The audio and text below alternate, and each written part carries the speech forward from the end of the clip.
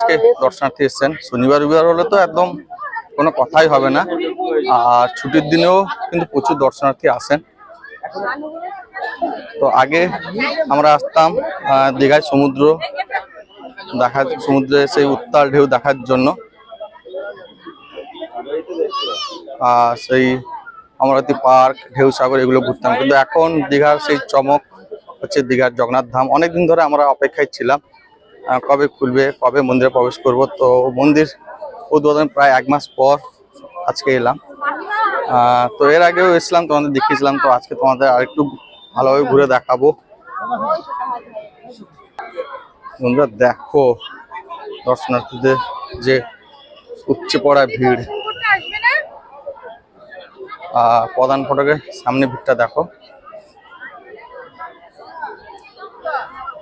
আর এখানে কিন্তু ইসকনের সব বই বিক্রি হচ্ছে, বিভিন্ন ধরনের বই রয়েছে, গীতা রয়েছে, কৃষ্ণের সব বই রয়েছে, উড়িয়া বাংলা বিভিন্ন ধরনের বই রয়েছে, দেখতে পাচ্ছ।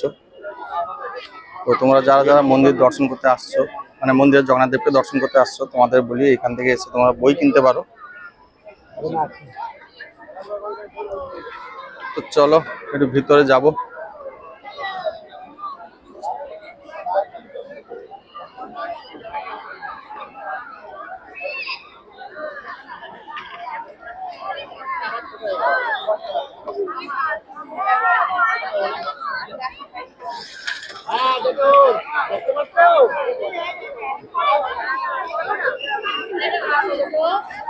সিংহদ্বার সামনে ভিড়টা দেখো, লাইনটা কিভাবে পড়েছে দেখো, সবাই লাইন ধরে ধরে প্রবেশ করছে। আর অশ্বদ্বারের সামনে দেখো লাইনটা দেখো, যেহেতু মন্দিরের দক্ষিণ দিকে অশ্বদ্বার রয়েছে, তো সেই অশ্বদ্বারের সামনে লাইনটা দেখতে পাচ্ছ কিভাবে। আর মন্দিরের উত্তর দিকে এই দিকটা রয়েছে হস্তিদ্বার, আর পিছন দিকটা রয়েছে ব্যাঘ্রদ্বার। তো সেই অশ্বদ্বারের সামনে ভিড়টা দেখো।